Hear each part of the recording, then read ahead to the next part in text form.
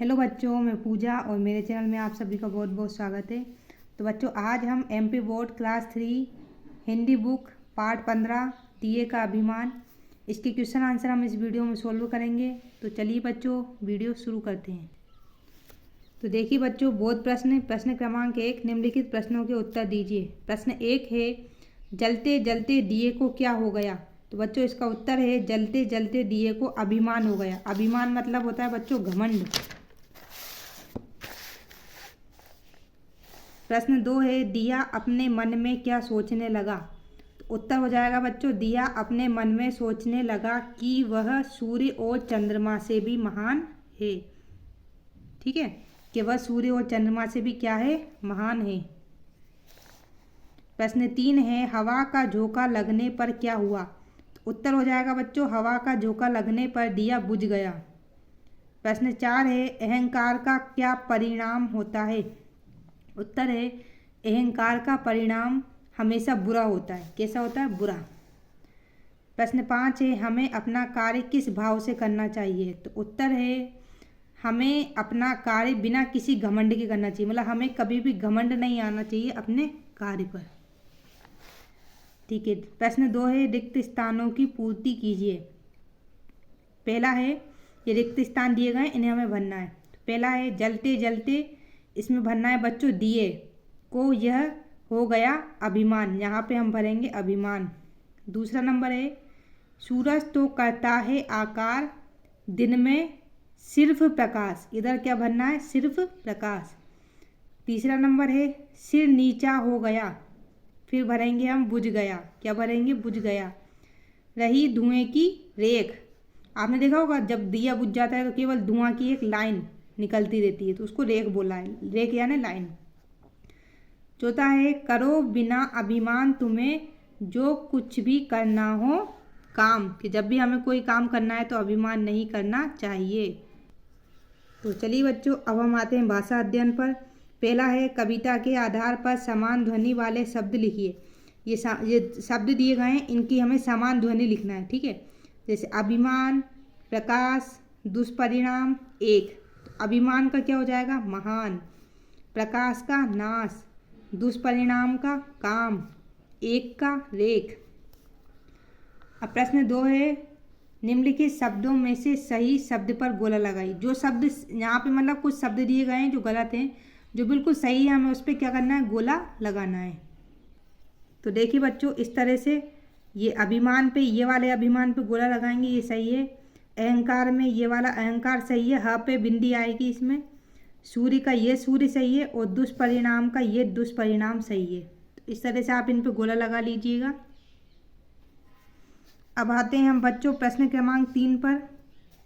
निम्नलिखित शब्दों का एक वाक्य में प्रयोग कीजिए। ये शब्द दिए गए हैं, इनके वाक्य बनाना है। पिता, पीता, दिया, दिया। देखो, पिता, श्याम के पिता वकील है, मतलब पिता यानी फादर। पीता यानी कि जब हम कोई चीज़ पीते हैं तो उसको पीता बोलेंगे, खींच के बोलना है इसको। ठीक है, तो इसका बन जाएगा, राम दूध पीता है। दिया, तो दिया वही कोई भी चीज़ देना। ठीक है, तो सीता ने गीता को उपहार दिया। उपहार यानी गिफ्ट। ठीक है, और दिया, दिया वही दीपक। तो अंधेरा होने पर दिया जलाया जाता है। तो इस तरह से आप इसके वाक्य बना लीजिएगा। अब आते हैं बच्चों योग्यता विस्तार पर। प्रश्न क्रमांक 1 है, दीपक, सूर्य, चंद्र आदि से संबंधित कविता खोजकर कक्षा में सुनाइए। तो यह कविता दी गई है बच्चों, आप इसको कक्षा में सुना सकते हैं। क्या है कविता? चंदा मामा आना तुम, संग संग मुस्काना तुम, सारी दुनिया घूम घुमाकर हाल रोज सुनाना तुम, चंदा मामा आना तुम। फिर हो जाएगा, हम धरती के नन्हे तारे, बोले प्यारे, बोले प्यार की बोली, खेले कूदे नाचे गाएं, आपस में करे ठिठोली। ठिठोली यानी मजाक। ठीक है, हरदम जो झगड़ा करते हैं उन्हें धता बताना तुम, चंदा मामा आना तुम। बच्चों की सरकार बनी तो राष्ट्रपति बन जाना तुम, एक है बिनती कोई मंत्री मुझको भी बनवाना तुम, चंदा मामा आना तुम। तो इस तरह से आप ये पोएम जो है वो आप अपनी क्लास में सुना सकते हो। प्रश्न क्रमांक 2 है, शिक्षक की सहायता से घमंड, घमंड यानी अभिमान, ठीक है, के दुष्परिणाम से संबंधित कोई एक कहानी सुनाइए। ठीक है, तो देखिए बच्चों, इस तरह से हम इसकी कहानी सुना देंगे। घमंडी पेड़ कैसी है? एक बार एक पेड़ के नीचे घास के तिनके उगाए। घास आपने देखी होगी, है ना, वो उगाई। ठीक है, जब भी कोई उन पर चलता तो तिनके झुककर उनके पैरों के नीचे दब जाते। अब आपने देखा होगा, जब भी हम पैदल चलते हैं तो घास नीचे दब जाती है।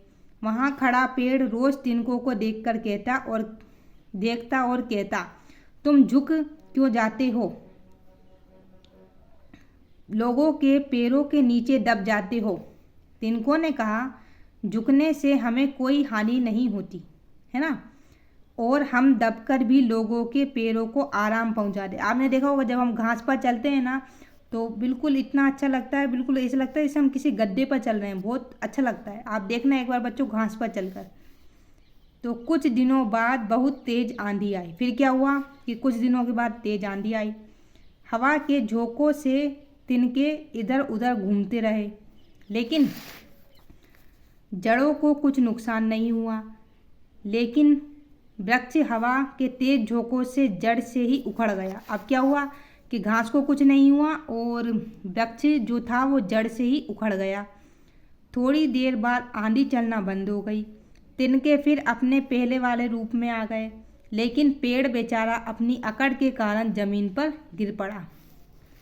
तिनकों को देखकर पेड़ ने सोचा, काश मैंने आंधी का मुकाबला अकड़ कर नहीं किया होता। इतने छोटे से तिनकों ने नम्रता से आंधी को हरा दिया।